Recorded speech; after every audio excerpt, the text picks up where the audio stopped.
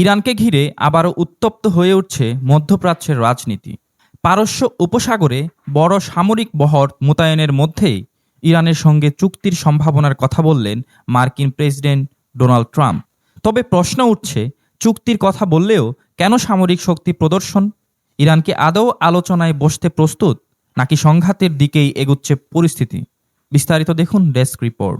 White হাউসে সাংবাদিকদের সঙ্গে আলাপকালে মার্কিন প্রেসিডেন্ট ডোনাল্ড ট্রাম্প বলেন, ইরান যুক্তরাষ্ট্রের সঙ্গে একটি চুক্তি করতে চায়। তবে একই সঙ্গে তিনি জানান, পারস্য উপসাগরের দিকে এগুচ্ছে যুক্তরাষ্ট্রের একটি বড় নৌবহর। চুক্তি না হলে কি হবে সে বিষয়ে স্পষ্ট কিছু না বললেও ট্রাম্পের মন্তব্যে সামরিক হুমকির ইঙ্গিত স্পষ্ট। এর আগে ট্রাম্প সতর্ক করে বলেন, ইরানের পারমাণবিক কর্মসূচি নিয়ে আলোচনার জন্য সময় দ্রুত ফুরিয়ে আসছে।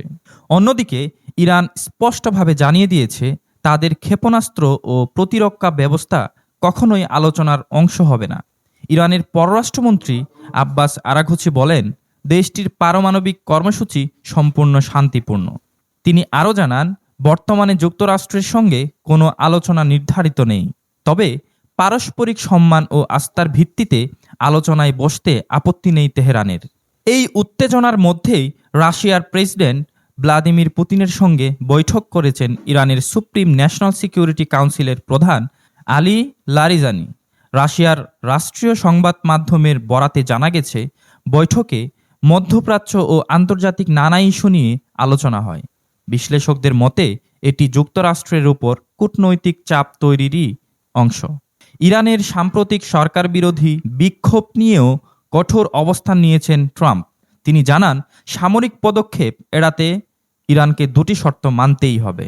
প্রথমত, পারমাণবিক অস্ত্র কর্মসূচি বন্ধ করতে হবে। দ্বিতীয়ত, বিক্ষোভকারীদের হত্যা বন্ধ করতে হবে।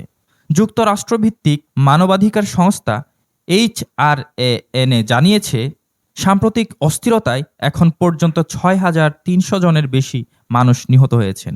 অন্যদিকে নরওয়ে ভিত্তিক সংস্থা IHR আশঙ্কা করছে, নিহতের সংখ্যা ২৫,০০০ ছাড়িয়ে যেতে পারে। বিশ্লেষকরা বলছেন, সামনে তিনটি সম্ভাবনা রয়েছে। প্রথমত, চাপের মুখে ইরান যুক্তরাষ্ট্রের সঙ্গে সীমিত পরিসরে চুক্তিতে যেতে পারে। দ্বিতীয়ত, চুক্তি ব্যর্থ হলে সামরিক উত্তেজনা আরও বাড়তে পারে, যার প্রভাব পড়বে পুরো মধ্যপ্রাচ্যে।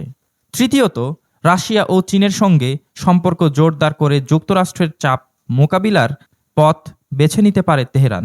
বিশেষজ্ঞরা বলছেন, যে কোনো সামরিক সংঘাতের বড় ঝুঁকি রয়েছে হরমুজ প্রণালীকে ঘিরে। বিশ্বের প্রায় 1/4 জ্বালানি এই পথেই পরিবাহিত হয়।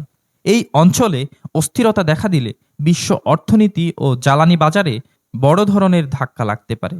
বিশেষজ্ঞদের মতে এই মুহূর্তে যুদ্ধ নয়, সংলাপ হতে পারে সবচেয়ে বাস্তবসম্মত সমাধান। ইরানের জন্য যেমন জরুরি আন্তর্জাতিক আস্থা ফিরিয়ে আনা, তেমনি যুক্তরাষ্ট্রেরও প্রয়োজন মধ্যপ্রাচ্যের দীর্ঘমেয়াদী স্থিতিশীলতার বিষয়টি বিবেচনায় নেওয়া। চুক্তি নাকি সংঘাত, সেই সিদ্ধান্তের দিকেই তাকিয়ে আছে এখন গোটা বিশ্ব। Sadek Chowdhury, enter TV.